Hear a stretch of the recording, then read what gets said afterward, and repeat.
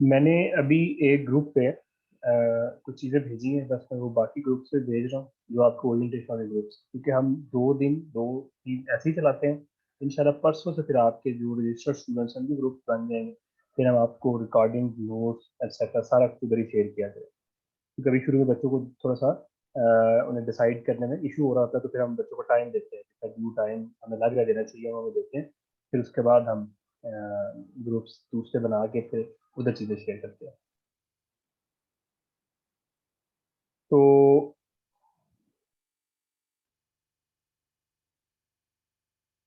कल ओरिएंटेशन में हमने आपको जनरल बातें बताई थी। आज हम प्रॉपर अपनी स्टार्स की पहली क्लास का आगाज करेंगे जी। और बस मैं आपको ये दिया। मैंने अभी आपको एक बुक भेजी है शेर अली की। मेरी आवाज क्लियर है सबको? थोड़ा सा अपने होने का सबूत देते रहिएगा ताकि एक इंटरेक्टिव सेशन भी रहे। और ओके, आपको रिकॉर्डिंग मिल जानी है वैसे भी इसकी। हम रिकॉर्डिंग अब ये एक आप लोगों से, बल्कि मैंने एंड पे कहना था लेकिन चले अभी क्या तो आप लोगों ने क्या करना है कि अपना लेक्चर सुन लेना करना है। अगर आप इसे डाउनलोड कर सकते हो वो कर लेना है, क्योंकि ये लिंक हमने विद इन अ वीक हमने इसे खत्म कर दिया करना। फिर बाद में हम किसी बच्चे की कोई स्टूडेंट की वो रिक्वेस्ट एंटरटेन नहीं करेंगे कि सर वो मेरे से नहीं हो सकता, ये क्यों कि कुछ ऐसी चीजें भी हैं कि बच्चे बाद में हमारे लेक्चर्स का मिस यूज करते हैं। तो फिर उन बच्चों का नुकसान हो जाता है, क्योंकि ज़ाहिर हम आप लोगों के साथ हम रहेंगे, आपके मॉक लेंगे, आपको बताते रहेंगे। ये तो मैथ्स के अलावा और चीज़ें बड़ी आप लोगों से डिस्कस होती रहेंगी दूसरे सब्जेक्ट के बारे में। आप लोगों से पेपर भी शेयर करेंगे और भी जितने हमारे पास लिमिटेड नॉलेज है आप भी शेयर करते रहेंगे। बच्चे भी हमें पता चला कि बच्चे हमारे लेक्चर इस तरीके से भी ले लेते हैं जो उनका नुकसान होता है। तो इसका फिर हमने हल ये निकाला कि हम अपने लिंक मैंने डीएक्टिवेट कर दिया करेंगे आफ्टर वीक। ठीक है जी। अभी कल हम जरा, मैं थोड़ा सा कल से रिलेट करूंगा। कल स्टैट्स के बारे में बात हो रही थी, तो मैंने आपको बताया कि हमने कल जो पहली क्लास रखनी है वो वाइटल स्टैट्स की रखनी है। और उसकी वजह ये थी कि वो 20 नंबर का सवाल आता है। आप लोगों से कल हमने पेपर सारे शेयर किए थे 2016 से 2021 तक। 2021 में हुआ क्या कि हम तैयारी कराते हैं बेसिकली, अगर अगर कोई लिख भी रहे हो साथ में ये थोड़ी सी चीज़ें अपने, ताकि आपको ज़्यादा बर्डन ना महसूस हो। एक चीज़ आपने ज़हन में रखनी है कि जितना मर्जी कोई खुद को लाइक समझता है, वो समझता है मेरा बड़ा इनरिच्ड बैकग्राउंड है इन अप्लाइड मैथ और स्टैट्स एंड अदर थिंग। तो जब तक आप उसकी प्रैक्टिस नहीं करते वो कोई फायदा नहीं होता। ऐसे बच्चे हमारे पास थे जो बड़े कॉम्पिटेंट थे, बड़े तगड़े बच्चे थे इस टाइम में, लेकिन उन्हें एंड पे जाके पता चला कि थोड़ा दिन पे प्रैक्टिस नहीं कर सकते, पेपर में जाए फिर सफर करते हैं। प्रैक्टिस करते रहे साथ साथ। अभी आपने 2023 की टाइम देनी है, अभी जून चल रहा है, तो आपको बड़ा टाइम है और ये टाइम पता भी नहीं चल रहा होता है। ऐसी जुलाई आ जाएगा बड़ी के बाद, मुहर्रम की छुट्टियां आती है, ऐसे करते कराते पता भी नहीं चल रहा होता, फिर नवंबर दिसंबर आ जाता है। तो जो चीजें आप ऐसा करेंगे, अगर कुछ कर नहीं ना रहे साथ, अगर कुछ कर भी रहे हैं तो आप देखें हम आपको चार चार लेक्चर, पहले वीक में आपको 5 लेक्चर होते हैं, बाकी हर वीक में आपको 4 लेक्चर। तो आप क्या करें कि हम आपको वीकेंड फ्री देते हैं। तो आप हर 1.5 2 घंटे का लेक्चर होता है, वीकेंड पे जितने 4 लेक्चर होते हैं उन्हें उन्हें कंप्लीट किया करें। उसमें जिधर जिधर जिसको जो इशू आए वो रिस्पेक्टिव टीचर से, मैं हूँ सर सुहेल है, सर आतिफ है, जिसका जो जो पढ़ा रहा होगा आप उससे पूछें कि सर मेरी ये समझ नहीं आ रही है, या क्या करें, जैसे कौन से सवाल और करें या कौन सी बुक और करें। तो थोड़ा सा आपने ये करना है, क्योंकि इन सब्जेक्ट को रखने का फायदा ही तभी है अगर आप 150+ स्कोर करते हैं। आपका 20 नंबर के एमसीक्यूज है, एमसीक्यू बड़े आसान आते हैं। इस दफा तो बहुत ही आसान है, उनके बच्चे कह रहे थे कि 20 के 20 होने आते थे, प्रोबेबिलिटी से कम आए, 2 3 आए, तो बड़ी बेसिक आए। आपके बुक 1 के जो मैंने शेयर भी कर दी है ओरिएंटेशन वाले ग्रुप में, मैंने बुक शेयर कर दी है। और भी चीजें शेयर की, पता आपको चल जाएगा और क्या क्या शेयर किया है। तो उधर मैंने बुक शेयर कर दी है। शेयर अली की 2 बुक्स हैं, आपको उनके सोल्यूशन मैनुअल भी मिल जाएंगे और दूसरे बुक पे मिल जाएगी पीडीएफ पर। सॉरी। 20 जो एमसीक्यूज आपके बुक 1 के हर चैप्टर के एंड पे ना, उसके एमसीक्यूज आपको चैप्टर के अंदर दिए हैं। आपने वो करना है, उस कॉन्सेप्ट को समझना है। अगर उसमें कोई वो नंबर शंबर चेंज करे तो आपको आंसर निकल आना चाहिए। बुक 2 में जितने चैप्टर हम आपको कराते हैं उन्हीं की थ्योरी के नोट्स हम आपको देते हैं, उन्हीं में से सवाल आ जाते हैं। अच्छा, बुक 1 के टोटल 13 चैप्टर है, 13। हमने कितने करने हैं? एक सवाल आता है पहले 4 चैप्टर में से, नोट डाउन कर लें। चौथा लेक्चर आपका होगा, चौथा जुमेरात और जुमे की सबसे आपको पहले 2 3 चैप्टर कराएंगे। पहले 4 चैप्टर में से एक सवाल आता है, मस्ट आता है। ये याद रखना है कि हर सेक्शन में से हमने 2 सवाल करने हैं, क्योंकि एक ही मार्क्स करने हैं। पहले 4 सवाल उसमें से आ गए, उसके बाद आता है 5वां चैप्टर। पहले हम नहीं कराते थे, लेकिन अभी क्यों कराना है वो भी एंड पे स्टोरी कराना है। फिर आता है छठा चैप्टर प्रोबेबिलिटी का है, 7वां रैंडम वेरिएबल का है, 8वां डिस्ट्रीब्यूशन का है, 8वां और 9वां रैंडम वेरिएबल डिस्ट्रीब्यूशन मिल मिला। इनमें से एक सवाल मस्ट, 2 भी आदत है, लेकिन हर बच्चे को प्रोबेबिलिटी समझ नहीं आती, ये भी एक फैक्ट है। अच्छा जी, उसके बाद आता है रिग्रेशन और कोरिलेशन, वो हर बच्चे को वो फार्मूला है सिर्फ। और उसके साथ हम चैप्टर कराते हैं 24 नॉन पैरामीट्रिक का। अब कोई भी बच्चा जो पहले 4 चैप्टर कर ले और फिर देन रिग्रेशन कोरिलेशन उनमें से नॉन पैरामीट्रिक कर ले, तो उसका पहला पोर्शन कंप्लीट हो जाता है। लेकिन आपके पास टाइम भी है, एग्जामिनर आजकल लिखल भी हुआ है, तो आप लोगों से हम गुजारिश ये करेंगे कि जितने हम आपको लेक्चर करा रहे हैं आपने सारे के सारे करें, उनकी प्रैक्टिस करें, ताकि वो जिस तरह का मर्जी पेयर बना दे। एक शर्त है कि वो इस बुक से बाहर नहीं जाता। हाँ, कभी कभार हमारे सेट पैटर्न जो हमने सेट अपने दिमाग में किया तो उससे आगे पीछे हो जाता है। अब आते हैं चैप्टर 2 की तरफ, सेक्शन 2 की तरफ। वो बुक 2 से सवाल आते हैं, वो स्टार्ट होती है बुक में चैप्टर नंबर 14 से। 14, 15, 16 में से एक सवाल मस्ट है, 2 भी आते हैं, इस दफा 2 आ गए थे। फिर हम क्या करते हैं कि हम वाइटल स्टैट्स करते हैं, जो कि हम आज करने वाले हैं। ठीक है, ये मैं बुक से आपसे शेयर कर देता हूँ। आपको अभी बुक नजर आ रही है वाइटल स्टैट्स का? एनीवन स्क्रीन शेयर हो गई है मेरी तरफ से। जी सर। ओके, बस एक कोई भी एक बच्चा जरूर प्लीज साथ साथ वो बता दें आप। ठीक है जी। इस दफा क्या हुआ कि हमने ना, ये क्योंकि ये चैप्टर पे हम बड़े ना आप लोगों के साथ ना बड़े कैंडिड रहेंगे, और बिल्कुल सिर्फ इस चक्कर में कि आप लोग आए और फी पे करें और पढ़ें, तो हमारे पास बच्चे ज्यादा हों, कभी भी आपसे दूर नहीं रहे सवाल पैदा नहीं होता। क्योंकि हमारा तो मकसद ये है कि लोगों में अवेयरनेस आए रिगार्डिंग मैथ और स्टैट्स। और अल्हम्दुलिल्लाह हमारा नवा बैच चल रहा है, हमसे अभी तक कोई अराउंड 300 से ज्यादा स्टूडेंट्स हमसे कोचिंग ले चुके हैं। अभी सारे बच्चों के पेपर चल रहे हैं उनकी यूनिवर्सिटियों में से, अभी इस बैच में जितने अभी कम बच्चे हैं मतलब हमारे 40 प्लस स्टूडेंट्स होते हैं।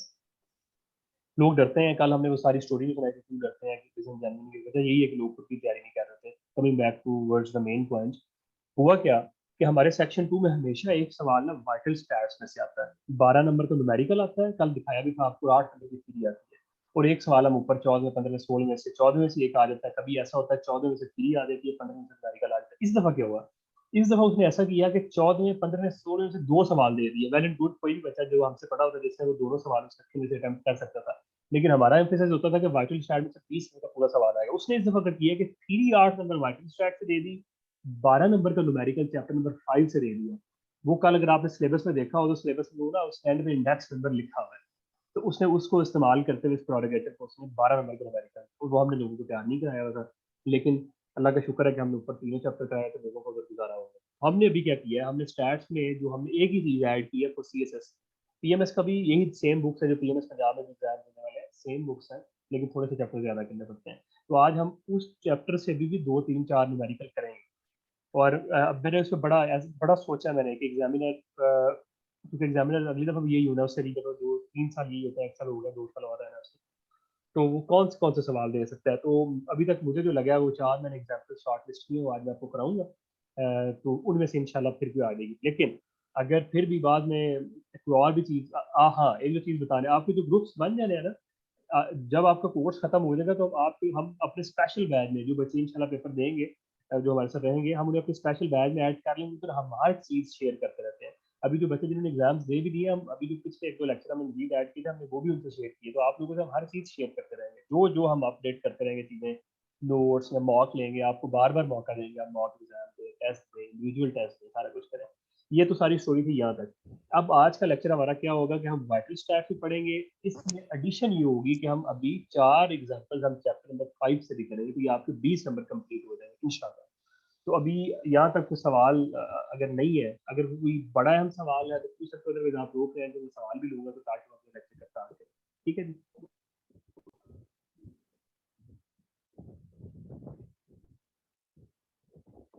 Okay dear students, vital statistic, ये ये आपको बुक दिखाने का पर्पज ये है। नॉर्मली ना हमारे लेक्चर 5 बोर्ड पे होते हैं, ये बेसिकली इस पे हम वो इस्तेमाल करके आपको सारा कुछ कराते हैं। ये चैप्टर में थोड़ी सी थ्योरी ऐसी है, तो फिर उसको टाइम को भी बलोज़ खत रखते हो। अभी तो लेक्चर हमने थोड़ा सा मजीद बढ़ा दिया, नॉर्मली मैं पहले दिन यही लेक्चर दिया करता था, दूसरा चैप्टर 5 ही साथ ऐड कर दिए। तो मैं थोड़ा सा इसे मैं बुक से आपको कराऊंगा। सबसे पहले जो लास्ट, अच्छा जो डेफिनेशन है ना, वो आपने ऐसे रट्टा नहीं मारना, कोई जरूरत नहीं है रट्टा मारने की, आपने सिर्फ उसे समझ रहे हैं, अपने लफ्ज में पूरी पॉइंट लिख देना है। अब वाइटल स्टैट्स की डेफिनेशन हमें आनी चाहिए। अक्सर सवाल आता है कि what is vital statistic, it's merits और डीमेरिट्स बताएं। तो वाइटल स्टैट्स से पहले एक लफ्ज है वाइटल इवेंट्स। तो वो लिखा हुआ है सामने आपके सामने कि कुछ फैक्टर ऐसे होते हैं जो हमारी पॉपुलेशन के साइज को बढ़ा या कम कर रहे हैं, लाइक मैरिजेस होती हैं, डे बर्थ होती है, डेथ होती है, etcetera. There are some factors which causes changes in the size and composition of human population, उन्हें हम कहते हैं जी वाइटल इवेंट्स, उन इवेंट्स को। अब उन इवेंट्स की जो स्टडी है ना जी, the collection, presentation and analysis of the vital events constitute vital statistics. तो बड़ी सिंपल सी बात है, कुछ ऐसे इवेंट्स होते हैं जो हमारी पॉपुलेशन की कंपोजिशन को चेंज करते हैं, उस उन इवेंट्स के जो थारो एनालिसिस को, स्टडी को, कलेक्शन को हम वाइटल स्टैट्स कहते हैं। ये इसकी डेफिनेशन है। आपने क्या करना है, जो जो मैंने इसलिए अपनी बुक की आप इससे नोट शेयर किए मैं अपनी बुक पे, तो मैंने जो जो चीज़ें अंडरलाइन की हुई आपने उन्हें जरूर गो थ्रू करना है। बेसिकली इसमें 20 नंबर का सवाल तो आता है, तो 2 एक नंबर के एमसीक्यूज भी आ जाते हैं, तो अंडरलाइन जो चीज़ें थी वो आपने जरूर एक दफा रीड कर लेंगे। सवाल आता है 2018 में भी आया था, अक्सर आ जाता है कि व्हाट इज वाइटल स्टैट्स, और पाकिस्तान में डाटा जो वाइटल स्टैटिस्टिक की डाटा एंट्री कैसे होती है, और वर्ल्ड हाईएस्ट, दुनिया में हाईएस्ट वर्ल्ड लेवल पे कौन सा आधार है। तो सबसे पहले आप देखेंगे पाकिस्तान में 2 तरह की पॉपुलेशन डिवीजन है, एक रूरल है, एक अर्बन है। तो जो लोग देहातों में रहते हैं उन्हें पता है कि हमारे एक यूनियन काउंसिल होती है, अगर कोई बच्चा पैदा हो जाए, किसी की डेथ हो जाए, डाइवोर्स हो जाए, मैरिज हो जाए, जो भी, तो हम यूनियन काउंसिल में जाकर एंट्री करा देते हैं। तो सबसे पहले हमारा डाटा उधर रिकॉर्ड होता है। शहरों में भी इसी तरीके से बने हुए हैं, town committees and municipal committee है, उधर भी चीज़ें ऐसे ही इकट्ठी होती है। फिर हर डिस्ट्रिक्ट की एक जो है ना डिस्ट्रिक्ट पॉपुलेशन ऑफिस होता है, वहाँ पे डाटा इकट्ठा होता है। फिर उसके बाद वहाँ से ऊपर नादरा तक डाटा जाता है। तो समझिए आप, नीचे यूनियन काउंसिल से आप आते हो डिस्ट्रिक्ट पॉपुलेशन ऑफिस, वहाँ से नादरा तक, ये हमारी एक चलती है। और नादरा हमारा सब दुनिया का एक बेहतरीन सिस्टम से एक सिस्टम है, जो कि बड़े अच्छे तरीके से हमारे डेटा को उसने मेंटेन किया हुआ है।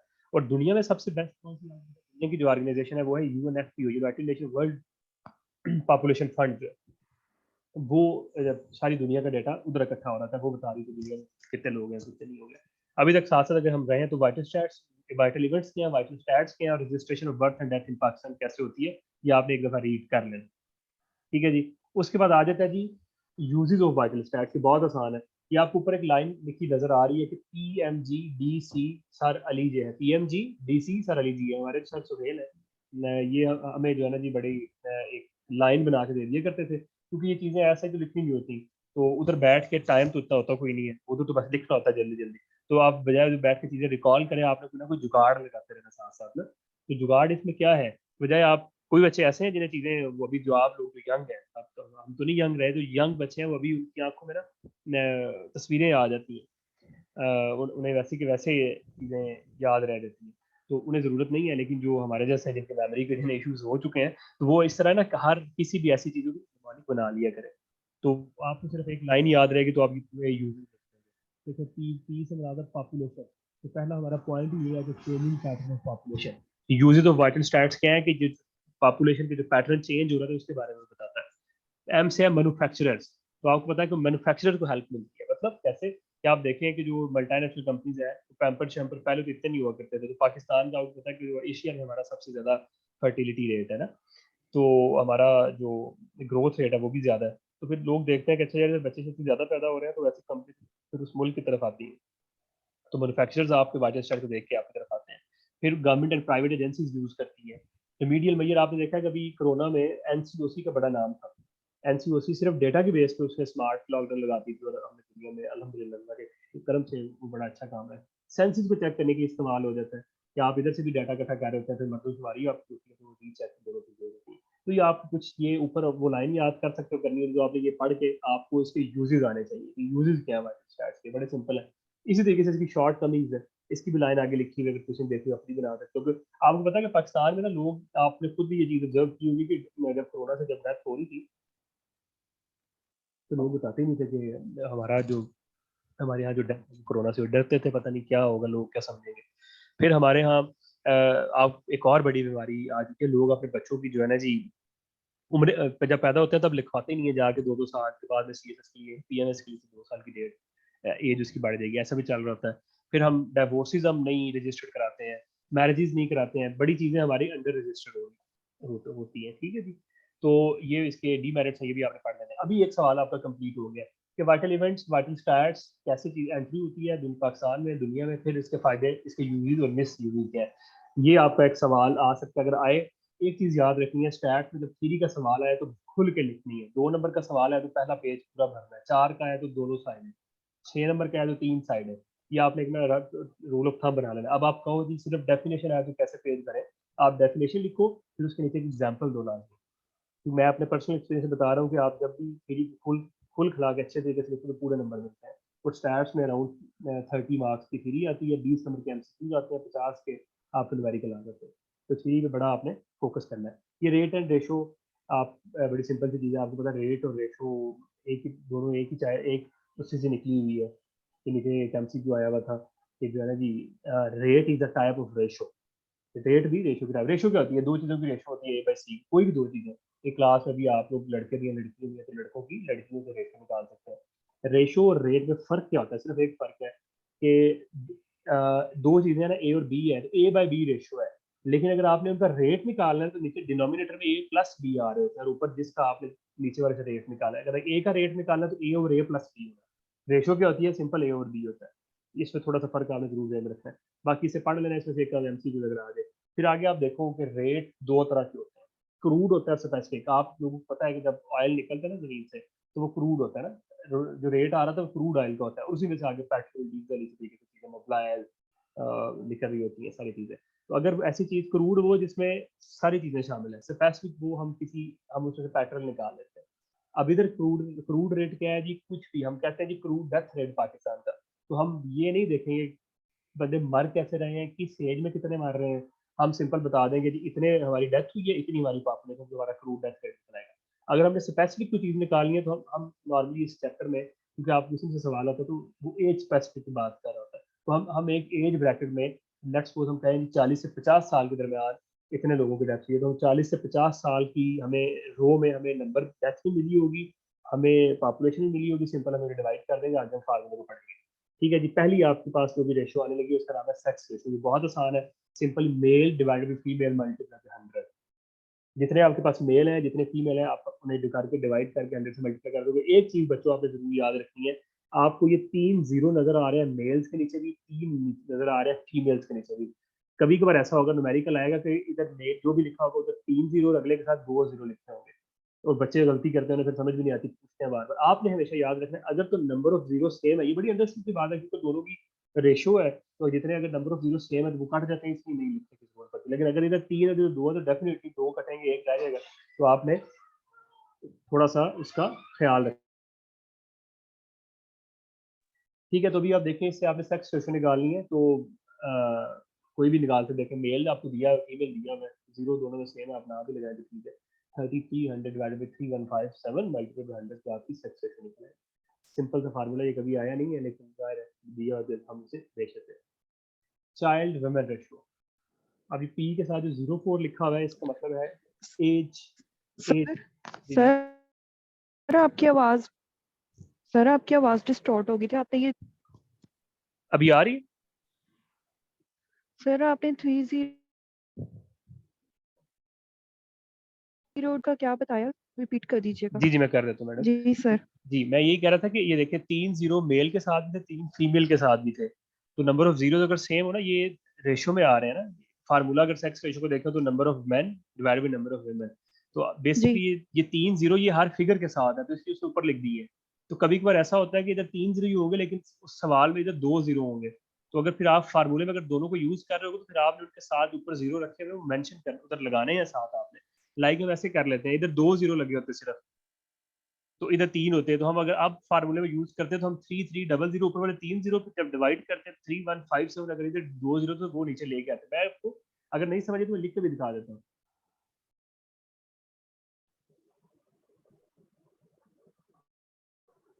सिर्फ मैं ये बात कह रहा हूँ, ये देखें 31 लेट्स सपोज 33 था और ऊपर मेल के जीरो दिए हुए हैं, इधर भी जीरो दिए हुए हैं, तो ये वुमेन की तादाद है देखिए। तो हम क्या करेंगे अब दो ये भी देखें सेम है ना, तो अब रेशो में फार्मूला तो ये है मल्टीप्लाई बाई 100। अब अगर ये वाले 3 जीरो लगा भी लें जो गिवन है तो ये तो कट सकते हैं, इसलिए लगाते नहीं है। लेकिन अगर यहाँ पे 3 दिए और यहाँ पे 2 दिए तो फिर देखें, अगर फिर हमें लगाने पड़ेंगे कैसे। और ये अब देखें, फिर ये आप काट के बाकी, आप बात समझिए आपकी नहीं है अभी जी।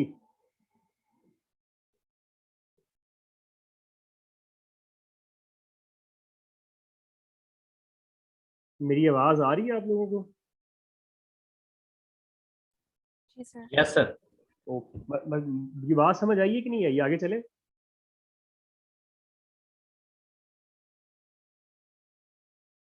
चले जी, ग्रेट।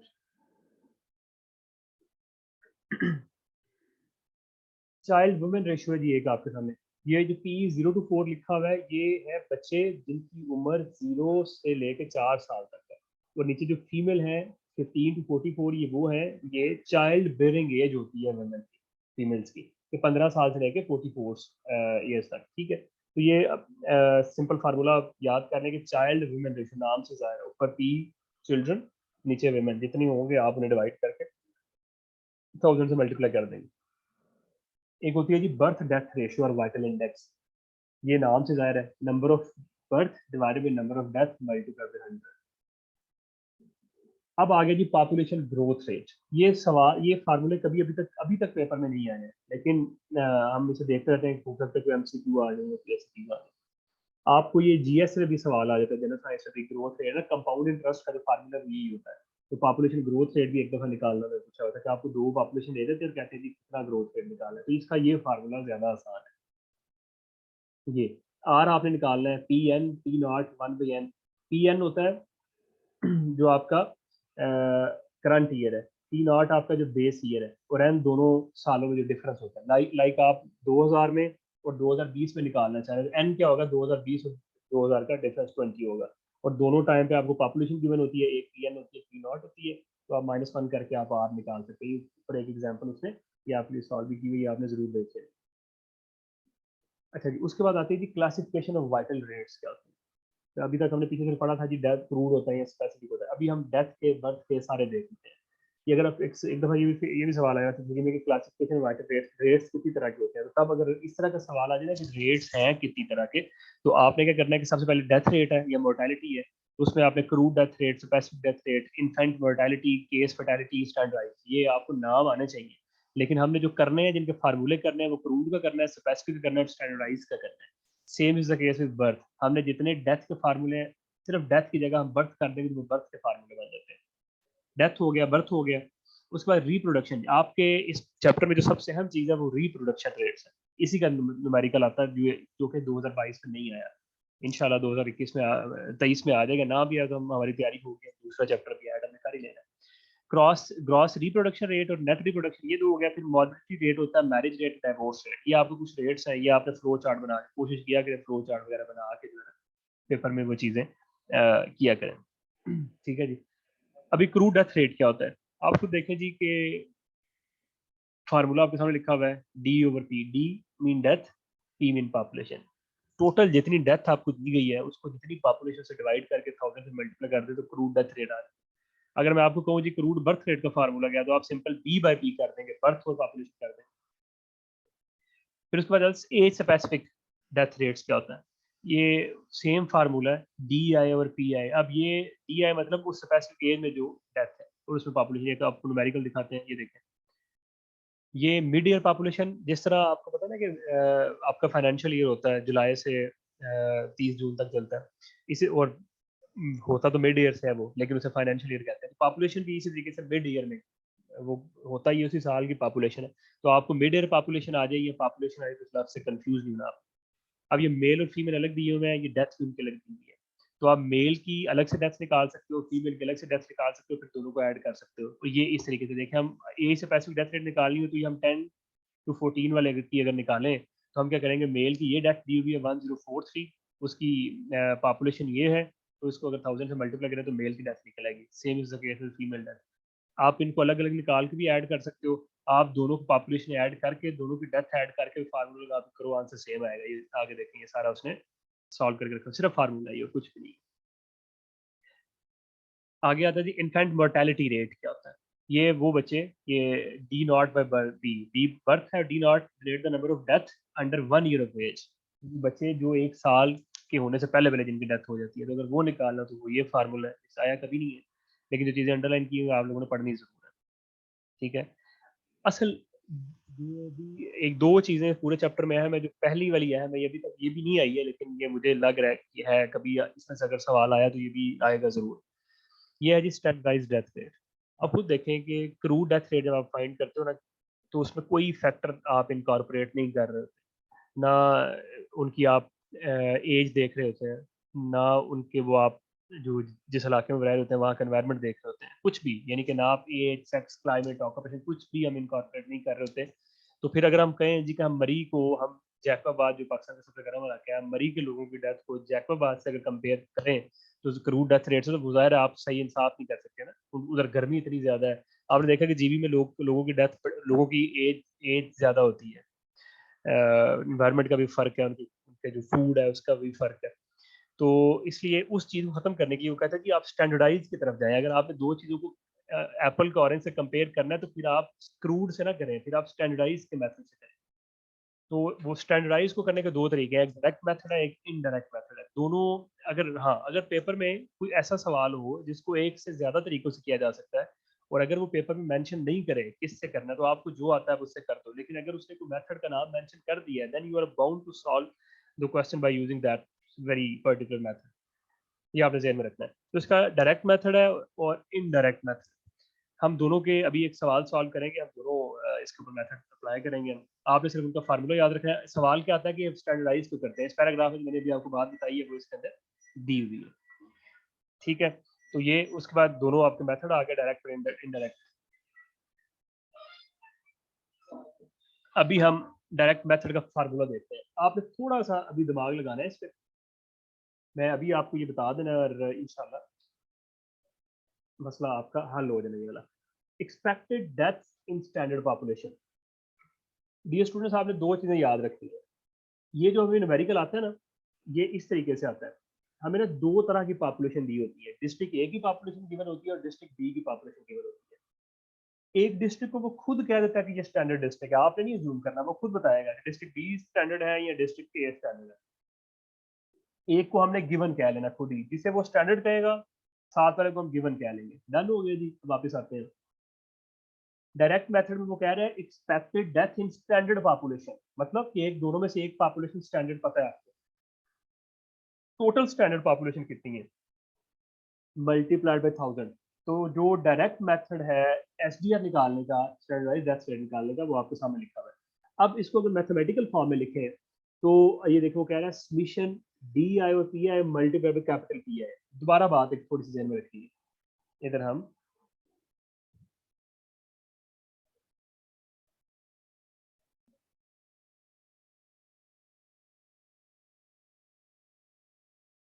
एक एक आपने चीज याद रखनी है, जो स्टैंडर्ड पॉपुलेशन है गिवन पॉपुलेशन है। स्टैंडर्ड पे हम कैपिटल पी यूज करेंगे और कैपिटल डी यूज करेंगे, गिवन के लिए हम स्मॉल पी यूज करेंगे और स्मॉल डी यूज करेंगे। ये आपने बस थोड़ा सा ध्यान में रखना है। अब अगर हम वो फार्मूला लिखे तो वो ये था, D I over P I capital P I, नीचे है समीशन कैपिटल पी आई। अब देखें, वो कह रहा था एक्सपेक्टेड डेथ निकालें इन स्टैंडर्ड पॉपुलेशन, ये बात थोड़ी सी समझने वाली है। और नीचे है टोटल स्टैंडर्ड पॉपुलेशन। हमने कहा जी स्टैंडर्ड का जो हम कैपिटल पी से डोनेट करते हैं, ये तो हो गया। अब ये कैसे निकालना है, थोड़ा सा अपना माइक म्यूट कर ले अगर आपने कोई बात नहीं कर रहे, थोड़ी सी डिस्टर्बेंस हो रही है, जिसका भी माइक म्यूट नहीं है।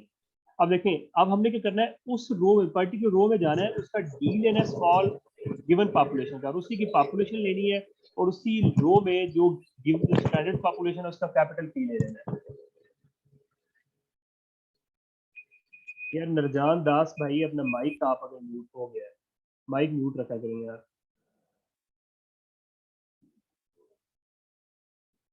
ठीक है जी, ये देखें।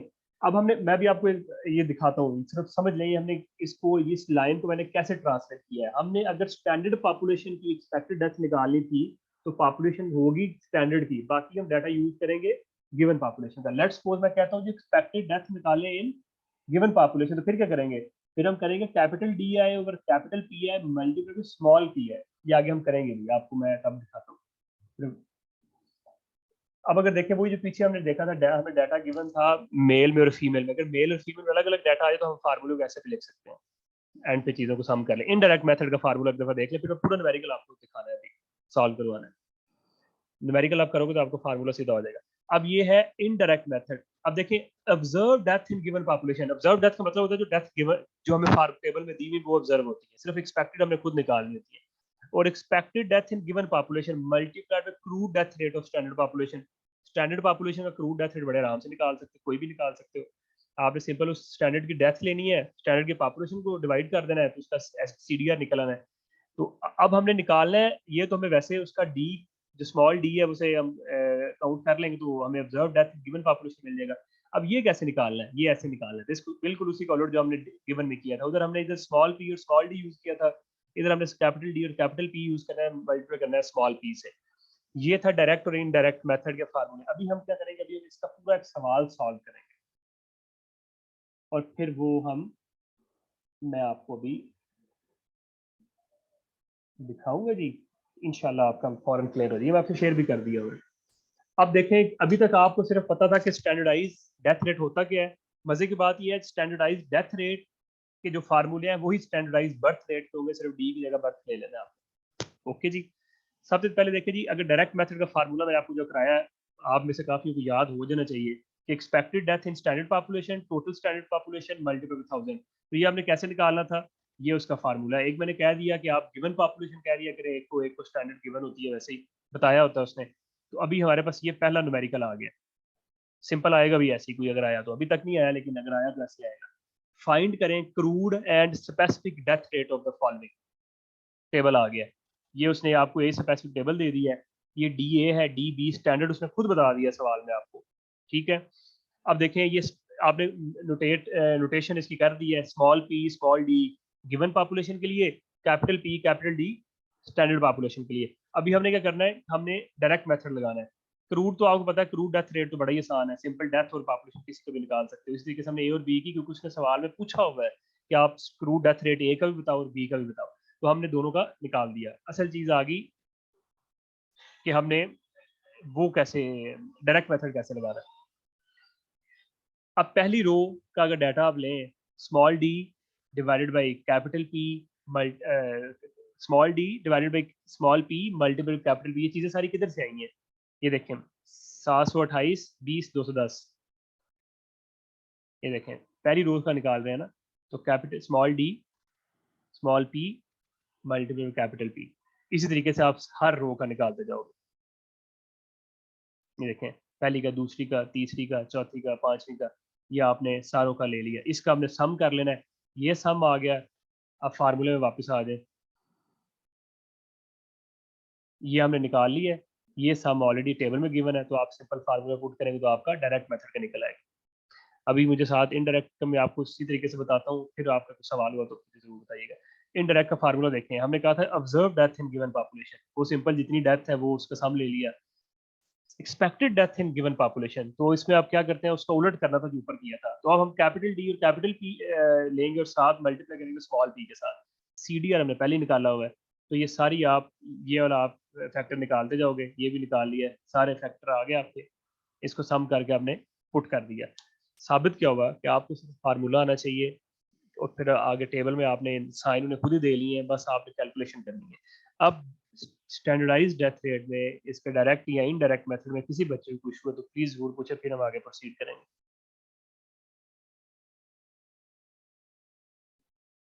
जी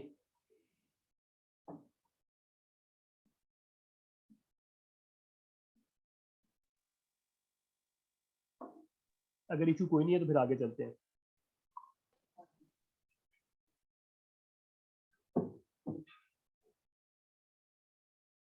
जी कबीर करा लेते हैं।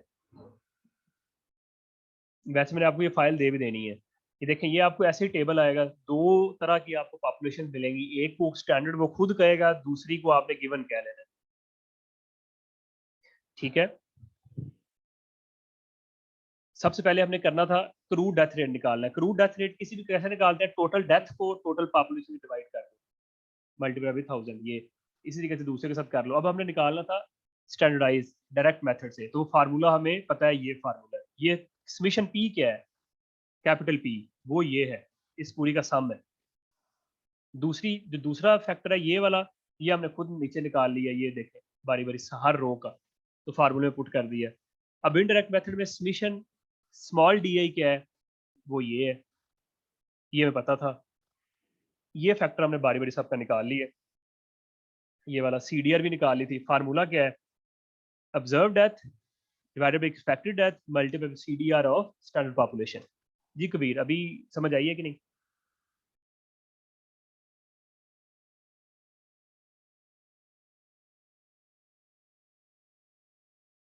चलें, इसका मतलब है जी बाकियों को समझ आ गई है, हम आगे चलते हैं। ये सारी चीज़ें आपको मिलेंगी भी, इससे परेशान नहीं होना। ये है आसान, मैं इसलिए जल्दी जल्दी करा रहा हूँ, अदरवाइज जिधर मुझे लगा कि मुझे रुकना है तो मैं खुद ही स्लो हो जाऊंगा, आपने परेशान नहीं होना। ये आप इंशाल्लाह जब बाद में तसल्ली से करेंगे ना, ये सारी चीज़ें आपको। अब देखें क्रूड डेथ रेट और बर्थ रेट में बताया था कि सिंपल देखें, डेथ की जगह बर्थ आ जाता है, ये क्रूड बर्थ है, ये स्टिल बर्थ होती है, ये बी एस ओवर बी, ठीक है। तो बी एस किसको डिनोट कर रहा होता है, number of still birth during any year. ये अगर कभी आया तो फार्मूला आना चाहिए। एज स्पेसिफिक बर्थ रेट होती है सेम जैसे एज स्पेसिफिक डेथ रेट होती है। जी मैडम जरका के मैं यही कह रहा था कि आपको दोनों मेथड आने चाहिए। अभी हम क्या होता है कि चैप्टर 13 क्योंकि आपकी सीएस का कोर्स नहीं है, उसमें एक न्यूमेरिकल ना 4 तरीकों से होता है, तो मेरा दिल नहीं कर रहा था रिवीजन को, तो मैं एक ही तरीका करके चला गया। तो जब उधर पेपर में गया तो उसने तरीका जो मैंने छोड़ा हुआ था ना, वो उससे पूछ लिया, तो मुझे तो ज़ाहिर सवाल मैंने करना, तो मैंने उससे कर दिया, तो मुझे आता था, तो मुझे लगता है 0 नंबर मिला था सवाल। आई मीन एक दो ही मिले होंगे, ज्यादा पूरे नहीं मिले थे। तो मतलब कि अगर तरीका उसने मेथड मेंशन कर दिया है, फिर आप बाउंड हो, आप उन्हें उसी, अगर डायरेक्ट कह दिया तो आप डायरेक्ट से ही करोगे, इनडायरेक्ट से नहीं कर सकते, चाहे आंसर सेम निकलना है, लेकिन मेथड आपको वही यूज करना है जो उसने नाम ले लिया। हाँ, अगर वो कोई भी मेथड नाम लेता, फिर आप जिससे मर्जी कर दो मेंशन करके जी मैं इससे कर रही हूँ। लाइक इंशाल्लाह आपका जो कल परसों क्लास हुई है जिसमें आप एग्जैक्ट इक्वेशन सॉल्व करते हो, तो एग्जैक्ट इक्वेशन को सॉल्व करने के बड़े मेथड है, तो आप सिर्फ एक हम फार्मूला मेथड से करते हैं, तो हम मेंशन कर देते हैं कि ये फार्मूला मेथड है। तो इस तरह की चीजें हैं। ए स्पेसिफिक बर्थ रेट वैसे ही है जैसे ए स्पेसिफिक डेथ रेट थी। बी आए, इसमें एक आपने चीज याद रखनी, जब भी बर्थ की बात हो जाएगी ना एज स्पेसिफिक में, तो जो आपकी पॉपुलेशन है ये फीमेल की हो जाएगी। जितनी बर्थ यानी कि जो 5,000 बच्चा पैदा हुआ है, नीचे फीमेल पॉपुलेशन हमारे पास 10 लाख थी, तो आपने उसको यूज रखना है। Mid year figure of women in the same age, क्योंकि आपने जहन में रखना है जब भी एज स्पेसिफिक बर्थ रेट आ जाएगा, तो आपने कभी भी टोटल पॉपुलेशन नहीं रखनी, आपने फीमेल पॉपुलेशन रखनी है। ये फार्मूले को ऐसा सच याद करना है आपने, पी आई एफ है, एफ से मुराद फीमेल की पॉपुलेशन है। इसी तरीके से स्टैंडर्डाइज बर्थ रेट है, ये वही फार्मूले इसलिए उसने नहीं दिए हुए कि उसे पता, उसके पीछे दे दी, उसके बाद आप उसे चेंज कर लेना। डियर स्टूडेंट्स, अब जो अहम चीज आ गई है, ये न्यूमेरिकल आता था हर दफा, उस जालिम ने इस दफा नहीं दिया, लेकिन हम करेंगे क्योंकि इसी उम्मीद के साथ कि अगली दफा वो दे देगा, क्योंकि बड़े आराम से बड़े सुकून से गलती के बगैर ही हो जाता है। आज मैं पहली असाइनमेंट भी दूंगा आपको इसमें से, और कोशिश करें असाइनमेंट सॉल्व करके ना मुझे इनबॉक्स किया करें, क्योंकि हमने देखा ऑब्जर्व किया है, हमारा भी काफी एक्सपीरियंस हो गया, 8 बैचेस में पढ़ा चुके हैं कि बच्चे अगर एक दो बच्चे भेज देते हैं तो दूसरे में सॉल्व ही नहीं करते, कहते चले सोल्यूशन तो मिल गया। और सोल्यूशन का क्या, आप तो आपको प्रैक्टिस कराना चाह रहे हैं, सोल्यूशन मैनुअल तो हमने खुद आपको प्रोवाइड कर दिया दोनों बुक्स के हर एक सवाल के। जनरल फर्टिलिटी रेट क्या होता है, simple, birth over female population, कोई इसमें रौला नहीं है। एज स्पेसिफिक बर्थ रेट जो आपने किया ना, वही जनरल फर्टिलिटी रेट है, उसमें जरा वो हर वो उस रो का हम निकाल रहे थे, इसमें टोटल सिंपल बर्थ रखनी है, टोटल फीमेल पॉपुलेशन रखनी है, जनरल फर्टिलिटी रेट पहला फार्मूला जेन में रखेंगे।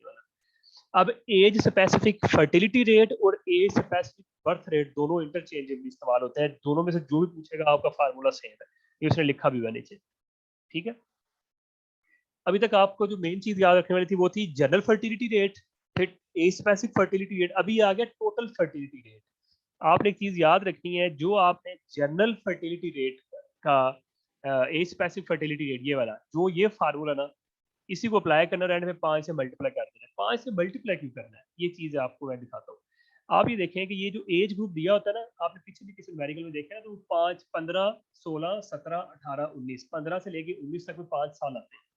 अगर यहाँ पे 15 से 24 दिया होता तो आप 10 कर रहे थे, लेकिन क्योंकि सवाल इसी बुक में से आया तो इसलिए 5 साल की डिफरेंस होगा, तो आपने देख लेना है, इसलिए फार्मूले में 5 रखा हुआ है, सिर्फ सारे सालों को जो है ना इनकॉर्पोरेट करने के लिए।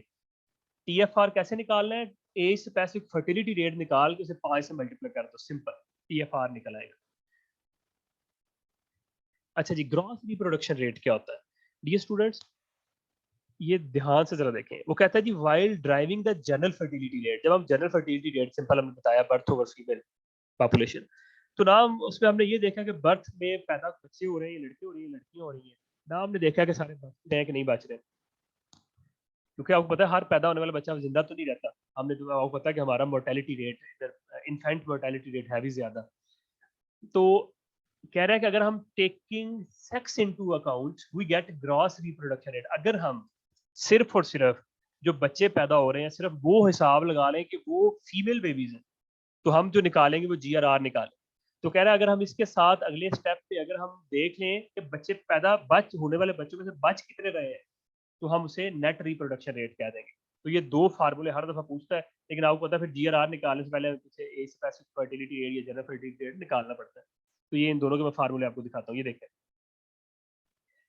बर्थ फीमेल पहले हम देख रहे थे पॉपुलेशन फीमेल, लेकिन अब हमने बर्थ भी फीमेल की देखनी है। यहाँ पे एक इशू आता है, नॉर्मली न्यूमेरिकल में वो टोटल जनरल बर्थ दे देता है, फिर साथ ऊपर सेक्स रेशो दे देता है, फिर हमने उसमें से फीमेल बर्थ निकाली थी, वो भी हम निकाल के देखेंगे कैसे निकालते हैं। तो इसी तरीके से 5 से मल्टीप्लाई कर देना, ये हम पर वेमन निकाल रहे होते हैं, 6000 से मल्टीप्लाई नहीं कर रहे। सिंपल, यहाँ पे हमने क्या किया, सिर्फ बर्थ की जगह बी ए की जगह बी एफ ले आए हैं। पूरा न्यूमेरिकल सॉल्व करेंगे भी समझ आ जाए। अब नेट रिप्रोडक्शन रेट में देखें, फीमेल बर्थ और फीमेल पॉपुलेशन, ये वही फार्मूला है, इतना जीआरआर का फार्मूला है ये वाला। लेकिन अगर साथ इसको प्रोबेबिलिटी ऑफ सर्वाइवल से भी मल्टीप्लाई कर दोगे, तो फिर जो चीज निकलेगी वो नेट रिप्रोडक्शन रेट आएगा। तो अभी यहाँ से क्या चीज साबित हुई डियर स्टूडेंट्स, कि आप जीएफआर का फार्मूला, ए स्पेसिफिक फर्टिलिटी का, नेट फर्टिलिटी का, या टोटल फर्टिलिटी का, बाद में जीआरआर एनआरआर, ये 5 फार्मूले आपको आ जाए तो इस चैप्टर में आज तक जितने भी न्यूमेरिकल आए हैं इन्हीं फार्मूलों से आए हैं, इससे बाहर नहीं आए अभी तक। ठीक है, अब हम करेंगे, एक चीज याद रखनी है कि एनआरआर की ना आपने एंड में थोड़ी सी ना वो लिख भी दिया करो। अगर एनआरआर नेट प्रोडक्शन रेट किसी भी सोसाइटी का, किसी मुल्क का अगर 1 है तो इट्स मीन उसकी पॉपुलेशन नहीं इंक्रीज हो रही, ना बढ़ रही है ना कम हो रही है। अगर किसी भी मुल्क का एनआरआर ग्रेटर देन 1 आ रहा है, इट्स मीन अगर उसकी पोटेंशियल मदर इंक्रीज हो रही है तो ओवरऑल उसकी पॉपुलेशन इंक्रीज हो रही है। अब जापान वगैरह में उनका एनआरआर लेस देन 1 है, आई मीन उनकी पोटेंशियल मदर्स कम हो रही है, उनकी ओवरऑल पॉपुलेशन कम हो रही है, तो आपने एक लाइन में लिखना भी होता है। तो ये एक न्यूमेरिकल है जी, ये हम सॉल्व करते हैं।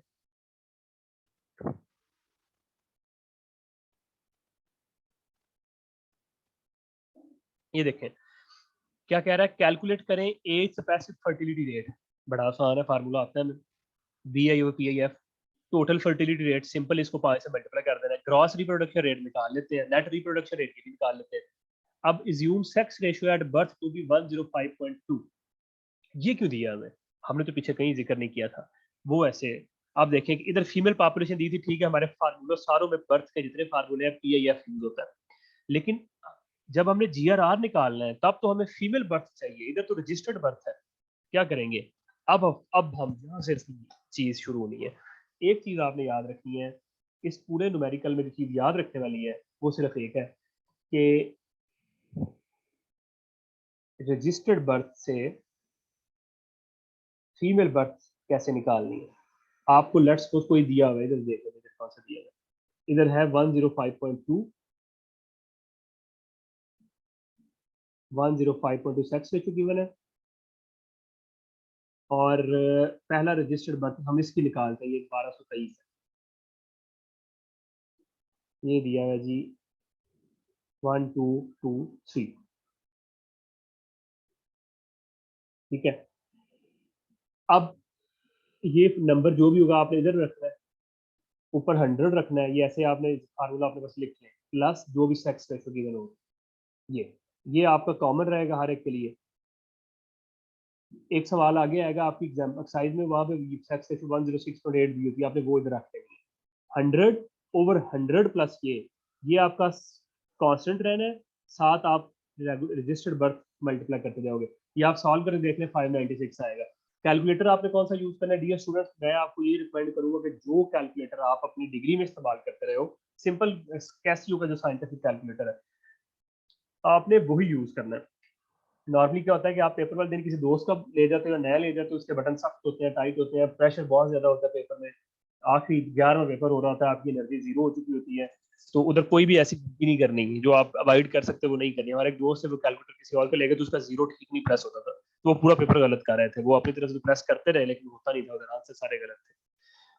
तो आपने ये ख्याल रखना है, कैसियो का कैलकुलेटर सिंपल, जो आपके पास साइंटिफिक कैलकुलेटर, वो आपने लेके जाना है। आपको अलाउ होता है इस पेपर में, मैथ्स में भी, स्टैट्स में भी, फिजिक्स में, केमिस्ट्री में, अकाउंटिंग में। हाँ, जीएस के पेपर में अलाउ नहीं होता। अभी हम इस पूरे न्यूमेरिकल को कर लेते हैं। आपने ये करना है कि टेबल ऐसा बनाना है पेपर में, वर्टिकली नहीं बनाना, आपने हॉरिजॉन्टली टेबल बनाना है, खूबसूरत सा करके, पूरी टेबल में हर एंट्री से प्यारी प्यारी नजर आ रही हो। तो मैं आपको आप मुझे बना के भेजोगे, फिर मैं सैंपल पेपर भी आपसे शेयर करूंगा किसी। अब देखें, कॉलम नंबर 1 गिवन है हमें, मिड ईयर फीमेल पॉपुलेशन भी गिवन है, रजिस्टर्ड बर्थ भी गिवन है। ये नहीं गिवन फीमेल बेबीज, ये हमने खुद निकाल लेना है। और एंड पे प्रोबेबिलिटी ऑफ सर्वाइवल गिवन है। सबसे पहले हमने क्या निकालना था, उसने कहा है जी ए स्पेसिफिक फर्टिलिटी रेट निकालें। ये देखिए फार्मूला देखिए इसका, रजिस्टर्ड बर्थ और फीमेल पॉपुलेशन मल्टीपल 1000, हर एक की निकालते जाओ। ये इसमें 5 में निकाली हुई है। Registered birth 1223 divided by population multiple 1000, ये आपका 5वें कॉलम में आता गया, फार्मूला आपको आता है। आप इसी तरीके से कॉलम नंबर देने हैं, सारा कुछ कर लेना है पेपर में। अभी हमने उसके बाद कौन सा क्या निकालना है जी, उसके बाद वो कह रहा है ग्रॉस रिप्रोडक्शन निकालें। उसके लिए आपको पता है फीमेल बेबीज की हमें चाहिए, तो मैं वो निकालना आपको सिखा दिया है कि 100 divided by 100 plus sex ratio multiply by ये नंबर, उस फैक्टर से बारी बारी ये नंबर मल्टीप्लाई कराते जाओ, तो आपके पास फीमेल बेबीज आती जाएगी। ये है BIF।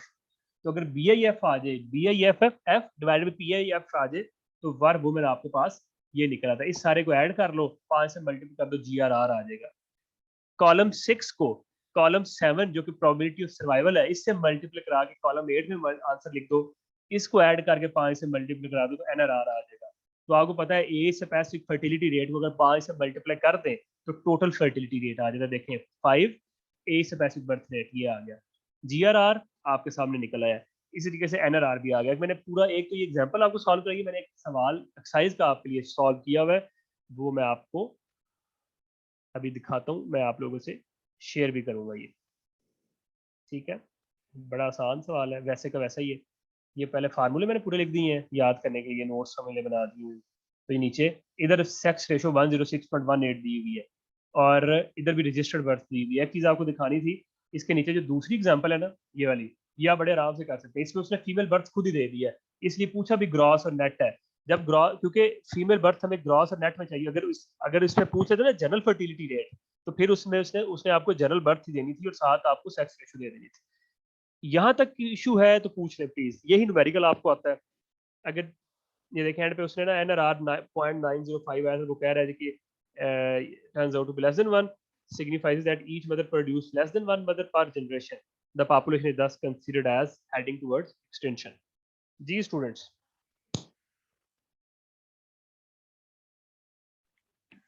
सर अगर एज ग्रुप में डिफरेंस जो है वो 5 से ज्यादा हो, तो फिर हम फॉर एग्जांपल 15 टू 24 है, तो फिर हम 10 से मल्टीप्लाई जी 10 से करेंगे। करेंगे, लेकिन आपने ध्यान में यही रखना है, लेकिन पेपर में आपको आएगा इसी बुक में से यही आएगा, लेकिन साइंस इसके पीछे यही है, अगर वो उसमें जितना डिफरेंस हो आप उतने से मल्टीप्लाई करोगे।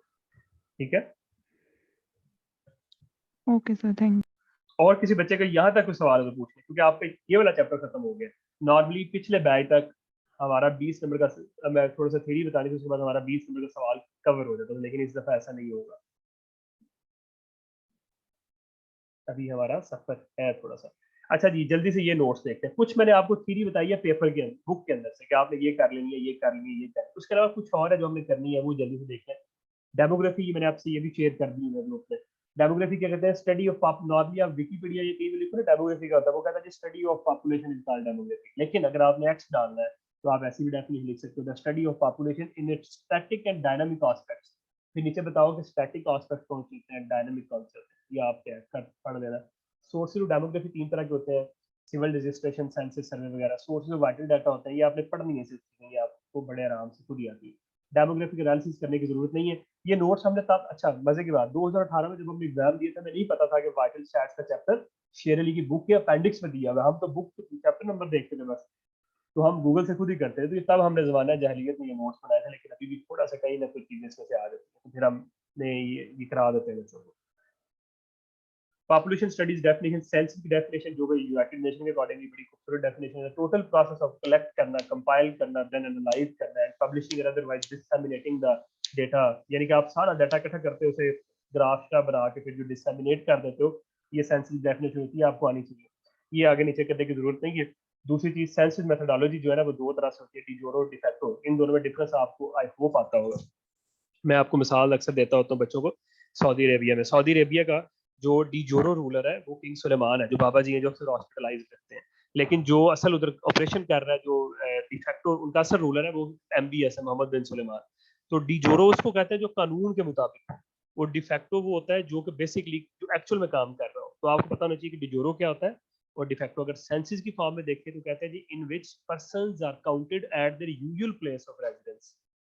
डिजोरो क्या होता है? अगर डिजोरो सेंसेस आपसे कोई पूछ रहे तो आप बताओगे कि जो असल जो आमतौर पर किसी बंदे के रहने की जगह है उसे डिजोरो कहते हैं। यानी कि अगर मैं शेखुपुरा कहूँ लेकिन अभी मैं रह लाहौर में रहूँ तो सेंसिस डे पे मुझे वो शेखुपुरा पे काउंट करेंगे। लेकिन अगर सेंसिस डे पे मुझे मैं जिस जगह पे रह रहा हूँ उस जगह पे काउंट कर रहे हैं तो डी फैक्टो कहते हैं। तो नॉर्मली जो डाटा एंट्री होती है वो डिजोरो के अकॉर्डिंगली होती है। तो आपने ये देख लेना है। ये डाटा कलेक्शन प्रोसीजर है, ये भी पढ़ लीजिएगा, बड़ा आसान है। फिर जी function of Pakistan bureau of statistic, एक वेबसाइट है, इधर आपको शायद साफ नजर ना आए, पाकिस्तान ब्यूरो ऑफ स्टैटिस्टिक जो है ना वो वेबसाइट है, उधर जाके आप इसके फंक्शन देख लें, कभी पर ये आ जाता है। इससे बड़े आसान है, ऊपर लाइन भी बनी हुई है, डाटा इकट्ठा करती है, उससे ग्राफ श्राफ बनाती है, उससे दूसरी सरकारी ऑर्गेनाइजेशन के साथ उन्हें डाटा शेयर करती है। जिस तरह आपका कंज्यूमर प्राइस इंडेक्स हर रोज आता है, हर महीने आता है, मैं भी वो न्यूमेरिकल भी कराना है आपको, वो ये बनाते हैं, इंटरनेशनल ऑर्गेनाइजेशन के साथ ये काम कर रहे होते हैं। तो ये सारी चीज़ें मुख्तलिफ सेंसेस करा रहे होते हैं, सर्वे करा रहे होते हैं, तो आपने इनके सारे भी पढ़ लेने हैं। अगर यहाँ से समझ में आए तो आपने इनकी वेबसाइट पे जाकर देख लेना। फंक्शंस, नादरा अक्सर आ जाता है। तो नादरा क्या है? सिंपल, ये मैंने लिखा हुआ है, जितना को लिखा हुआ है इतना ही काफ़ी है। ये आपने पढ़ा, सिर्फ हमारा डाटा जो है ना उसे स्टोर करता है बड़े अच्छे तरीके से और उसकी चोरी से बचाता है। फिर है जी वाइटल स्टैट्स, ये भी चीज़ें ये तब बनाए थे जब हमारे पास बुक में चीज़ें नहीं थी। ये किसी का मूड हो तो पढ़ लीजिएगा, ज़रूरत नहीं है वैसे। फिर एडवांटेजेस डिसएडवांटेजेस वही हैं जो हमने पढ़ लिए हैं सारे। फिर ये नोट्स मैंने खुद बनाए हुए हैं अपने, ऐसे ही, यानी कि सारे फार्मूले मैंने लिख लिए हैं, रेट्स क्या है, सेक्स रेशियो एटसेट्रा, सारा कुछ, सीडीआर, स्टैंडर्डाइज, इनडायरेक्ट, ठीक है, ये वही सारी चीज़ें। फिर आ जाती है census wing of Pakistan bureau of statistics. Pakistan bureau of statistics में नंबर ऑफ विंग्स है, ये नीचे मैंने दी हुई है। एक डेमोग्राफिक एंड रिसर्च विंग है, एक सेंसिस विंग है, एक एग्रीकल्चर की विंग, एक बिजनेस रजिस्टर है। तो आप उस वेबसाइट को एक्सप्लोर कर सकते हो। तो इसका देखें सेंसिस विंग का क्या पर्पस होता है। वो कहता है मेन फंक्शन क्या है कि हर 10 साल के बाद सेंसिस कराना है, प्रोसेस एंड डिसेमिनेट करना है डेटा को, एनालाइज करना है, एवेल्युएट करना है, और 3-4 पॉइंट है आपने टेबुलर फॉर्म में भी करना है। तो आपकी ये थ्योरी के वाइटल स्टैट्स का एक दफ़ा आप ध्यान से सुन लें कि जो हमने अभी तक, मैंने आपको जितनी थ्योरी बुक से बताई और ये जो नोट्स हैं इसके बाहर थ्योरी, हाँ इसके साथ ज़्यादा आप करंट अफेयर में आप देखोगे कि जीडीपी क्या होती है, जीएनपी क्या होती है, तो ये भी डेफिनेशन एक दफ़ा आई थी। तो ग्रॉस डोमेस्टिक प्रोडक्ट का आपको फ़र्क पता है, आपके मुल्क के अंदर जो हमारी हदूद है पाकिस्तान की, जिसे पाकिस्तान कहते हैं, इस मुल्क के अंदर जितनी भी चीज़ें बन रही होती हैं उनको कलेक्टिवली हम जीडीपी कहते हैं, ग्रॉस डोमेस्टिक। लेकिन कोई भी पाकिस्तानी, चाहे वो पाकिस्तान में रह रहा है या दुनिया में कहीं भी रह रहा है, उन सारों के अगर इनकम को मिला लेंगे तो उसे जीएनपी कहते हैं, ग्रॉस नेशनल प्रोडक्ट। तो ये गूगल से इसकी अच्छी वर्डिंग भी ढूंढ लीजिएगा, याद रट्टा लगा लीजिएगा, ठीक है।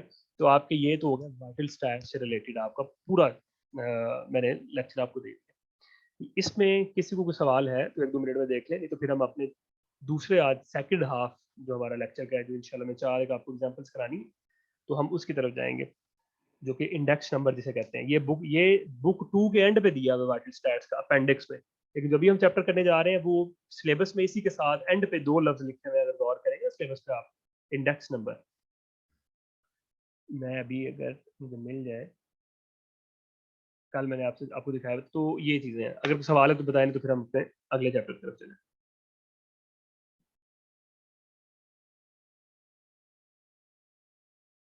और इस चैप्टर से घबराना नहीं है बड़ा आसान। तो मैंने सारा नहीं कराना आपको, मैंने थोड़ी सी चीज़ें करानी है इसमें। जी चले फिर आगे, कोई सवाल नहीं है तो।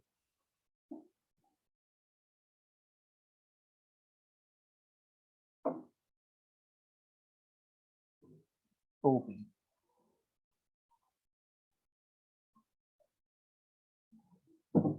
अगर तो किसी बच्चे के पास पूरा टाइम हुआ तो वो इस चैप्टर को अपने एंड में पूरा कर लेना ये इसमें मुझे, लेकिन मुझे जो चीज़ें अहम लग रही है मैं वो जरूर कराऊंगा, क्योंकि सारा कराने का फायदा कोई नहीं है। स्टैट्स का फायदे, अच्छी बात भी बुरी बात ये है कि स्टैट इतना आसान सब्जेक्ट है कि आप करने बैठो तो आपको आएगा कि मैं सारे चैप्टर कर, लेकिन जब ये आपका पेपर आता है ना 11वां, तो आप पेपर दे के आते हो 6 बजे वापस आते हैं, आप पेपर खत्म होता है उस दिन और घर आते 7 हो जाते हैं। फिर अगले दिन ये 2 बजे पेपर होता है आपका, तो 5 आपने ज़ाहिर है सोना तो उसके बाद 7-8 घंटे बचते हैं, तो आपने 2 बुक्स पूरी रिवाइज करनी है, सारा इसके नोट्स अपने बनाते रहना साथ साथ।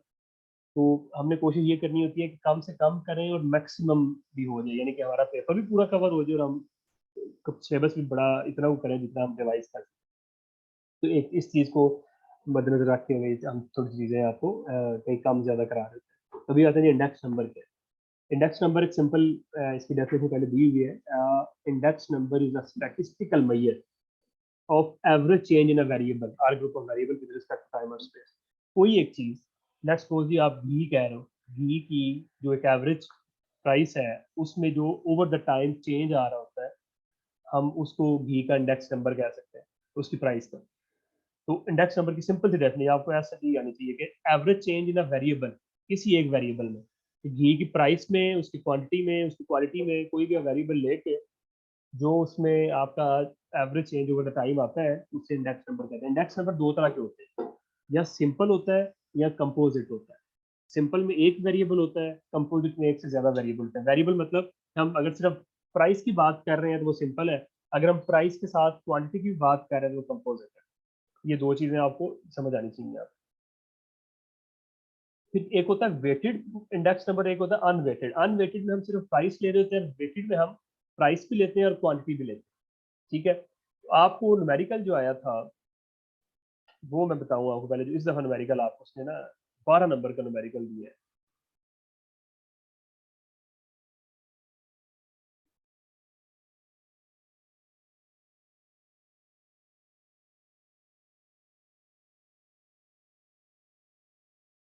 ये न्यूमेरिकल दिया है उसने 12 नंबर का। ये सेम ये डेटा था यहाँ पे उसने 1996 है तो 1986 किया हुआ था, इसे 1900 किया हुआ था, 1990 और इसे 1991 किया हुआ था। 10-10 साल बस कम किया, बाकी सेम हर चीज ईच एंड एवरीथिंग।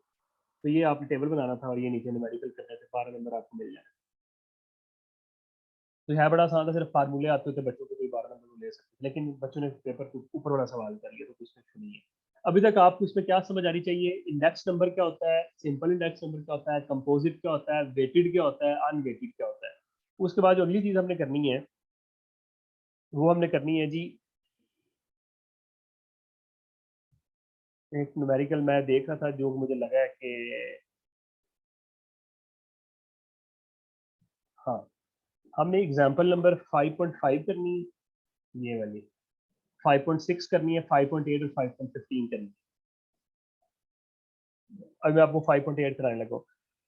ये ना जो चैप्टर नंबर 13 है ना हमारा, ये आपके कोर्स में नहीं है, ईएमएस के लिए है, वहां पे ये चीजें इस्तेमाल होती हैं। लेकिन चेन इंडेक्सेस या इंडेक्स इंडेक्सेस जो है ना इंडेक्स की जमा है।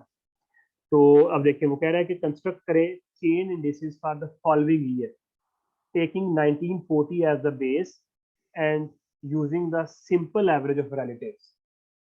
यानी कि आप उसकी सिंपल एवरेज लेनी है। कैसे? अब देखें, अगर सबसे टेबल को देखें, इधर से आपको समझ आ जानी है।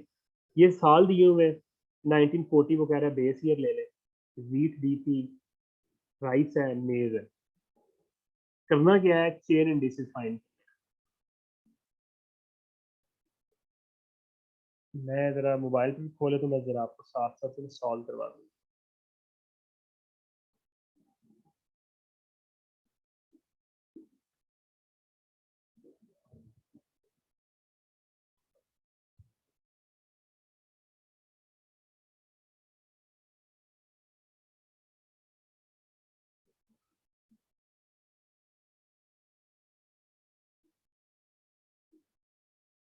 ठीक है जी, ये जरा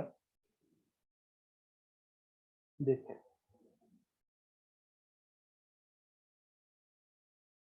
हमने करना है अगला टेबल ना, निकालना है हमने सी एच, चेन इंडिसेस निकालने हैं। चीजें हमें दी हुई हैं जिसमें आप देखें, सिर्फ ये देखें 1940 था पहला ईयर, वीट पे 2.80 है, राइस पे 10.50 था, और मेज है 2.70। फिर है अगला जो साल है वो 1941 है। मैं एक आपको निकलाऊंगा फिर मैं उधर से दिखाता हूँ। 3.40, 10.80, और फिर इसमें जो मेज है वो 3.20 है। जब हमने चेन इंडिसेस की टेबल बनाना है ना, तो आपने जो पहला है ना, पहला हर एक का 100 रख लेना। राइस का भी 100 है, वीट का भी 100 है और मेज का भी 100 है। पहली जो एंट्री है। अब जो दूसरी एंट्री करनी है ना वो आपने वो करना है, ये वाला नंबर है 3.40। 3.40 को आपने डिवाइड करना है 2.80 पे और मल्टीप्लाई करा देना 100 से। ये जो भी नंबर आएगा वो आपने यहाँ पे लिखना है। मैं अभी आपको दिखाता हूँ ये।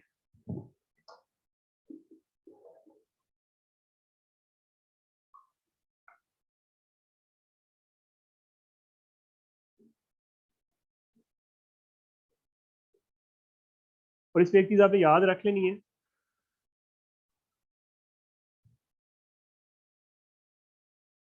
कि अगर कोई भी जो आंसर आएगा अगर 5 से ग्रेटर है तो आप उसका ऊपर वाला नंबर ले लोगे, तो 5 से ना जो अब आप रूल याद भी करते हैं सारे।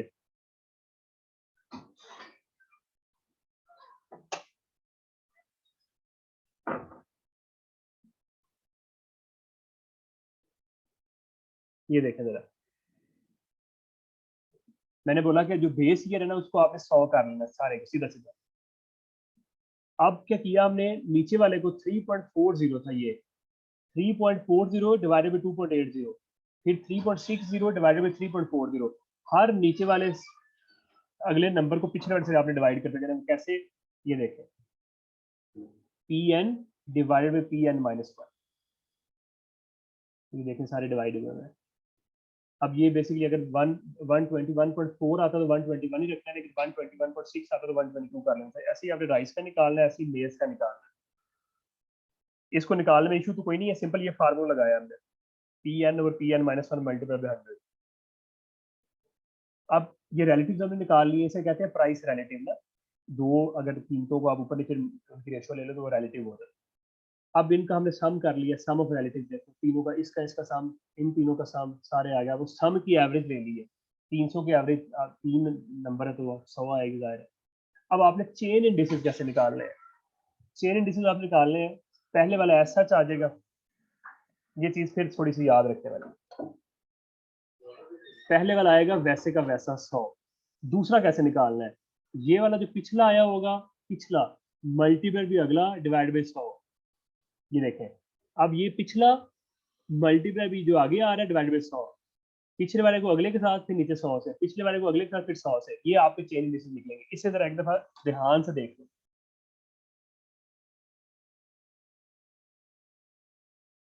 जी जी मैं बताता हूँ कबीर, ये वाला 114 के ये वाला 114,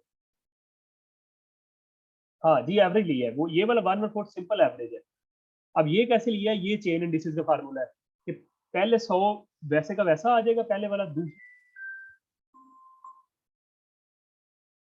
पहला 100 वैसे का वैसा आएगा, जो आपका दूसरा 100 है, जो दूसरा है वो आपको पिछले को अगले के साथ मल्टीप्लाई करके 100 से डिवाइड करते जाना है। ये कॉलम देखें, इस पे इशू तो कोई नहीं है किसी को, इस कॉलम में। जी जल्दी बताएं प्लीज।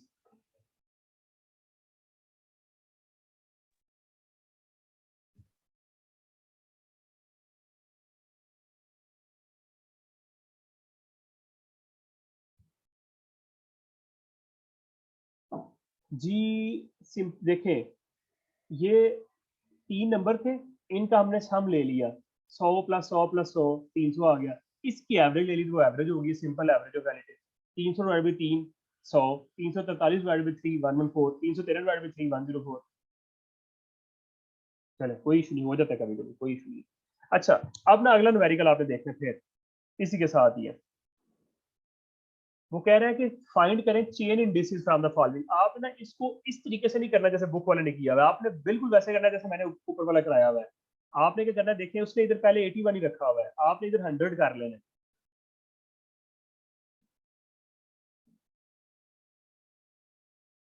ठीक है, आपने इसको 100 ही रहने देना, फिर उसी तरीके से नीचे ये, बल्कि आपकी आपकी जो दूसरी असाइनमेंट है ना, एक सवाल मैंने आपको उधर भेजना है, दूसरा आपने ये जो ये वाली एग्जांपल है ना, ये वाली एग्जांपल नंबर 5.6 गौर से सुन लें। ये आपने मुझे एग्जांपल नंबर 5.5 की तरफ सॉल्व करके भेजनी है, तो आंसर आपका वही आएगा जो नीचे इसका आंसर आया है। और इसमें दूसरा करना क्या है, पीछे हमने निकाली थी एवरेज, यहाँ पे आपने निकालना है ज्योमेट्रिक मीन। ज्योमेट्रिक मीन कैसे निकालते हैं, आपको पता है ये ज्योमेट्रिक मीन है कि 1/k summation log of x. ये इनका लॉग ले लेना आपने, सिंपल जो भी वैल्यूज आएंगी एक नई एंट्री आएगी, ये आपको सर सुहेल कराएंगे ज्योमेट्रिक मीन, ये चैप्टर 3 में आता है, geometric mean, harmonic mean, simple mean etcetera. तो आपने क्या करना है, जो भी नंबर है उसका लॉग लेते जाना, क्योंकि ज्योमेट्रिक मीन को हम लॉग में लेते हैं, या फिर ऊपर पावर एन कर लेते हैं। तो आपने इस तरीके से इसको करना है, इसके चेन इंडिसेस निकाल के ये आपने मुझे सॉल्व करके भेजना है, ये ध्यान में रखना है। अच्छा जी, अब आते हैं हम वेटेड एग्रीगेटेड प्राइस इंडेक्स की तरफ। डियर स्टूडेंट्स, ये फार्मूले आपने जहन में रखते हैं। पहला फार्मूला, इसे कहते हैं less paid price index. Price index है ना, तो P0N। एक है आपका बेस पीरियड 0 और एक आपका है जो आपका करंट पीरियड चल रहा है, गिवन पीरियड जो है, base period given period, summation P0N Q0, सिर्फ फार्मूले को देखें, ये बड़े आराम से आप याद कर लेंगे, 4-5 हैं, आपको मैंने चारों पांचों कराने हैं याद। P0N divided by P0Q0 multiply by 100। अभी हम न्यूमेरिकल करेंगे तो ये सारी क्लैरिटी हो जाएगी। पहला फार्मूला है लेस पेस, सिंपल। अब फौरन देखें पेस्टी का क्या है, ऊपर वो क्या था, P0N था। देखें सिंपल, उस फार्मूले इस फार्मूले एक ही डिफरेंस है, उधर Q0 में सिर्फ QN से रिप्लेस कर दिया, गौर करें। वो P0N था और नीचे P0Q0 था, सिर्फ Q0 को QN से रिप्लेस किया तो लेस पेड से पेस्टी बन गया। सिंपल फार्मूला, एक फार्मूला याद करोगे उससे दूसरा निकाल लो। अब है मार्शल एजवर्थ, ये उन दोनों का पेस्टी और लेस पेड किया, उसे उसने सम कर दिया। देखो P of N Q0 plus QN और नीचे Q0 प्लस QN। अगर मुझे एक फार्मूला याद हो तो मैं बेसिकली तीनों मुझे याद हो जाएंगे, आपको भी ऐसे करना, लिख के आपने फौरन याद करना है। फिशर क्या होता है, अब देखो फिशर क्या है, ये अंडर रूट है लेस स्क्वायर और पेस्टी का, आपके सामने। चौथा फार्मूला, पांचवा वाल्श इंडेक्स, ये आपके सामने से दिया हुआ है, P0N Q0 दोनों का अंडर रूट है, ठीक है, मल्टीप्लाई बाई 100। ये है जी आपके पांचों फार्मूले। मैं आपको वो एग्जाम्पल करानी है जो ये आपने देख ली है, ये बड़ी आसान है, ये जरूर आपने देखी। मैं आपको कराने लगा बुक वाली जो पेपर में आई है, एस सच आई है, construct the following weighted aggregate price index number for 2000 and 2001 from the given data. ठीक है जी, अब देखिए गौर करें जरा, हमें बेस उसने खुद बता दिया है, तो बेस हमने किसका नाम दिया हुआ है, P0 का। अगर ये P0 है तो अगली P1 है, अगली P2 है। इसी तरीके से ये Q0 है, ये Q1 है, ये Q2 है, यहाँ तक इशू नहीं होना चाहिए आपको। बेस को P0 कहते हैं, उसी उसकी कॉरेस्पॉन्डिंग जो वैल्यू क्वांटिटी है वो Q0 है, ज़ाहिर है फिर अगली 1 और 2 हो जाएगी। अब हमने वो कह रहा है 2000 के लिए भी निकाले और 2001 के लिए भी निकाले। सबसे पहले हम 2000 के लिए फार्मूला बनाएंगे। फार्मूला सबसे पहले हम देखेंगे फार्मूले में क्या क्या है, उससे लास्ट हम ऊपर वाले टेबल में वैल्यू बना लेंगे। अब देखिए फार्मूला हमने पीछे देख लिया था, अब P0N था ना, तो बेसिकली P01 है, पहले हम निकालने लगे हैं P01, तो अब P1 जिधर जिधर N था 1 डाल दो बस, P1 Q0 P0 Q0। अब हमें क्या चाहिए, एक ये वाला फैक्टर चाहिए, ये देखो आ गया P1 Q0, या आप P0 P1 P2 सारे आपने लाइन में रख लिए। इसी तरीके से आगे आपने फार्मूले आपने पहले ही साइड में रखे होंगे, फार्मूले में जो जो चीजें चाहिए वो आपने ऊपर टेबल में कैलकुलेट कर लेनी है, बस वहीं से ले लेके पुट करते जाना है। ये देखो पहले 2000 के लिए तो ये वाली वैल्यू यूज होगी, जब P02 होगा तो फिर ये वाली वैल्यू यूज हो जाएगी। इसी तरीके से आपने पैस्टी कर लेना है, फिशर सिर्फ फार्मूला में चीजें पुट करनी है। ये सिर्फ था, बस हमारी गलती ये थी कि हमने बताया नहीं था बच्चों को। ज़ाहिर है ये मेरा ख्याल है अभी आप क्लास खत्म होने के 5 मिनट बाद आपको मैं कहूँ तो आप ये सवाल कर सकते हो। तो अभी तक मैंने आपको बोला कि आपने मुझे 5.6 जो एग्जांपल है वो मुझे आपने 5.5 की तरह सॉल्व करके भेजनी है, लेकिन ज्योमेट्रिक मीन यूज करके। एक असाइनमेंट का सवाल ये है, दूसरा भी दूसरा मैं अभी आपको दूंगा, वो मैंने आपसे कराना है सॉल्व। हाँ वो सवाल है अब वाइटल स्टैट्स का आखिरी सवाल है एक्सरसाइज का। ये स्टूडेंट्स उसमें ना जो एंड पे सर्वाइवल रेट का कॉलम दिया हुआ है ना, उसमें उसने जो प्रोबेबिलिटी है वो लिखा हुआ है 634 642 ऐसे करके, तो ऊपर ना मिस प्रिंटिंग है, ऊपर आउट ऑफ 100 लिखा हुआ है। आप बड़े माशाल्लाह कॉम्पिटेंट बच्चे हो, आपको पता है कि प्रोबेबिलिटी हमेशा 0 से 1 के दरमियान होती है। तो अगर 634 है आउट ऑफ 100 है तो ये तो सवाल ही पैदा नहीं हो सकता, प्रोबेबिलिटी इतनी तो हो ही नहीं सकती। वो मिस प्रिंटिंग है, टाइपो है, वो 1000 है ऊपर, तो आपने वो जरूर देख लेना। ठीक है जी, ये भी आपका हो गया। 5.5 एग्जांपल चेन इंडेक्स आपको निकालना आना चाहिए। देन आपको पेस्चे, लेस्पेर, वेल्च, एजवर्थ, फिश सारे ये 5 के 5 ही आने चाहिए। अगली आपने एग्जांपल ये भी जरूर देख लीजिए, 5.9 भी आपने एग्जांपल देखी है। अभी हम आते हैं लास्ट टॉपिक की तरफ। मुझे लग रहा है मेरे दिल से आवाज आ रही है कि ये बाकी पीछे अभी करने की जरूरत नहीं है। या आपने एमसीक्यू जब करने हैं एमसीक्यू में थोड़ा सा आपने जरूर देख लेना है कि अगली दफा ना कंज्यूमर प्राइस सीपीआई उसने पूछ ली है आपसे, कंज्यूमर प्राइस इंडेक्स। 5 या 15 एग्जांपल है, इससे मिलती जुलती एक्सरसाइज में सवाल भी आया। सीपीआई कैसे निकालते हैं डियर स्टूडेंट्स? देखें उसने कहा क्या है, the following table gives average annual prices of 10 commodities during the year 1990 and 1994। हमेशा जो प्राइस इंडेक्स है ना वो 2 सालों का कंपैरिजन लेके बताते हैं, फिर हम बताते हैं कि इतनी महंगाई होगी। Calculate the CPI for 1994 on the base of 1990। जाहिर है अगले आने वाले साल को पिछले बेस पे निकालेंगे ना। तो उसने क्या किया, उसने मैं सारी मुख्तलिफ प्राइसेस 10 उनकी क्वांटिटी बताई है, उनका यूनिट पर प्राइस है, प्राइस बताई है 90 में और प्राइस बताई है 94। अभी तो हमें देख के पता चल रहा है ना प्राइस बढ़ी है, अभी हम इसका नंबर बताएंगे कितनी बढ़ी है। तो डी स्टूडेंट्स इसको ना कैलकुलेट करने के 2 तरीके हैं। सीपीआई को कैलकुलेट करने के 2 तरीके हैं। पहला तरीका है एग्रीगेट एक्सपेंडिचर मेथड, ये आपको पता होना चाहिए इसका नाम। ये बड़ा आसान है, सिंपल। आप अगर गौर करो तो ये लेस पेरी नहीं है, P1 क्यू नॉट और P0 क्यू नॉट। किसको नहीं लगी है मुझे कोई बंदा बता दे, अगर किसी को लगी है वो नहीं है। सिंपल, जो एग्रीगेट मेथड है वो लेस पेयर का फार्मूला है, सिर्फ आपने वो लगाना है। इधर आपके पास देखे P0 भी है, P1 भी है, Q0 भी है, ये तीन चीजें चाहिए थी वो फार्मूले में लगी हुई है। दूसरा मेथड है हाउस होल्ड बजट मेथड। ये कैसे करना है, इसका फार्मूला देखें ध्यान से। ये है समीशन W ज़रब I और समीशन W। हमारे पास 3 चीजें हैं, क्यू नॉट है, पी नॉट है, पी वन है, डब्ल्यू और आई कैसे निकाले। ये स्टूडेंट आई कहते हैं प्राइस रिलेटिव को। ये हम पीछे निकाल रहे हैं कि 2 प्राइसेस को P1 और P0 कर दे तो जो मल्टीपल 100 कर दे तो प्राइस रिलेटिव आ जाता है। ये देखें सिंपल, 1.50 और 1.25 मल्टीप्लाई बाय 100, तो ये आ गया प्राइस रिलेटिव। ये सारे निकालिए, ये आया आई। डब्ल्यू क्या आता है, P0 और Q0 के प्रोडक्ट को डब्ल्यू कहते हैं। बस अब डब्ल्यू भी आ गया, आई भी आ गया, इन दोनों को मल्टीप्लाई कर दो, नीचे डब्ल्यू से डिवाइड कर दो। ये आपका आ गया सीपीआई। पहला था एग्रीगेट मेथड, दूसरा था प्राइस हाउस होल्ड मेथड। तो पहले वाला लेस पेयर का फार्मूला है, दूसरे वाला डब्ल्यू जरा बाय ओवर डब्ल्यू है। ये आपकी चीजें हैं चैप्टर 5 से बेसिकली। अब मैं आपको थोड़ा सा भी दिखाता हूँ एक चीज, थोड़ा सा शॉर्ट करते हैं। मैं क्यों ये सवाल सिर्फ आपको कराए, पूरा चैप्टर क्यों मैं फिलहाल नहीं कराया आपको। हाँ, अगर लेट्स सपोज मुझे लगता है, जो कि मुझे अभी नहीं लगा, पहले मैं खुद को कन्विंस कर रहा हूँ, अगर मुझे लगा कि वो चीज़ और भी ज़रूरी है, क्योंकि ये पहले कभी आया ही नहीं था। कभी ये सवाल अगर आता था तो ये अलग से आता था, वो हम चॉइस पे छोड़ते थे। ये कभी भी ऐसा नहीं हुआ कि इसने आपको वाइटल स्टैट्स का सवाल दिया, इससे पहली दफ़ा दिया। तो इसलिए फिर मैं देखा देखें सबसे पहले मैं डेफिनेशन आ गई, फिर आगे ये थ्योरी का सवाल था, ये नहीं देगा क्योंकि थ्योरी ये चेन रूल हमने अरिथमेटिक मीन है सारा कुछ, ये करने की जरूरत नहीं थी, ये सवाल भी नहीं बनता इसमें से। ये सिंपल देखें, ये कभी आ भी जाए average prices of certain commodities given, तो क्या सिंपल एवरेज प्राइस निकाल लिए, तो दोनों प्राइसेस को से डिवाइड किया हुआ। ये आप इस तरह का सवाल पेपर में कभी भी नहीं देगा। तो देखें ये पहला जो मुझे लगा, जिधर मुझे आके कान खड़े हुए कि चेन इंडेक्स पूछ सकता है, तो ये आपको आना चाहिए। 2 एग्जांपल्स आप करें, फिर उसके बाद आगे वो सारे आ जाते हैं, वेटेड एग्रीगेट आ जाते हैं। फिर आगे ये टाइम रिवर्सल मेथड है, ये जरूरत नहीं है। अगर जरूरत कल को कभी लगी भी तो मैं क्वांटिटी इंडेक्स नंबर शायद आप लोगों को फिर कभी कराऊं अगर मुझे लगा तो।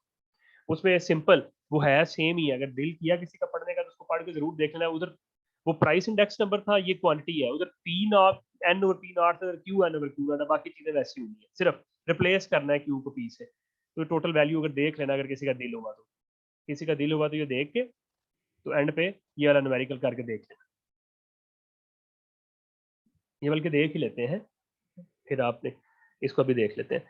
क्वांटिटी इंडेक्स नंबर क्या होता है, देखिए क्वांटिटी इंडेक्स है Q N over Q naught multiply by 100।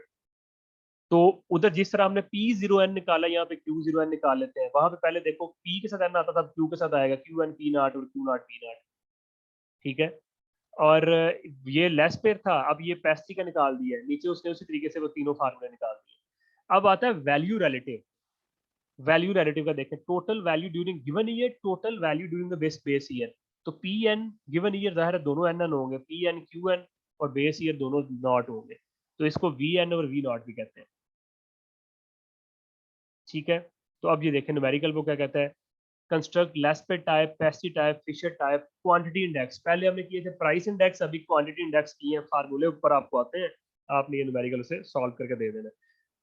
मेरा ख्याल है इसके अलावा कुछ और करने की जरूरत नहीं है इसमें।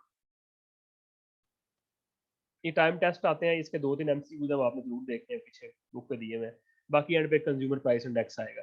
तो अगेन अगर हम बात करें 5वें चैप्टर में आपको क्या क्या आना चाहिए, आपको एग्जांपल नंबर 5.5, 5.6 और ये जो भी हमने क्वांटिटी की देख ली है 5.11, 5.8 एंड 5.15, ये 5 एग्जांपल्स आप लोगों को आनी चाहिए आपके 5वें चैप्टर में से। इसके अलावा अगर इसमें को आपको समझ नहीं आई है तो आप मुझे बताएं, ये आप तसल्ली से इसको करना है, आपने एक दफा पढ़ना है। कोई मसला हो मुझे व्हाट्सएप भी कर सकते हैं, अगर अभी कोई इशू है तो प्लीज डिस्कस करें।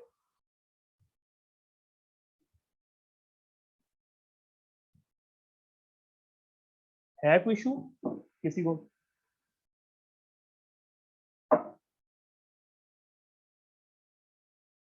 ओके चलें जी, मैं आपको आपकी रिकॉर्डिंग भी शेयर कर दूंगा, नोट्स मैंने वैसे ही शेयर कर दी है। जो बच्चे अभी तक रजिस्टर्ड नहीं हुए, अगर उनको कोई इशू है तो वो प्लीज़ हमसे डिस्कस कर लें। अगर वो वेट कर रहे हैं कल मैथ्स की क्लास होगी, पहले आप वो मैथ्स की क्लास भी ले सकते हो, और तो ताकि फिर हम जल्दी अपने ग्रुप्स बना के इंशाल्लाह फिर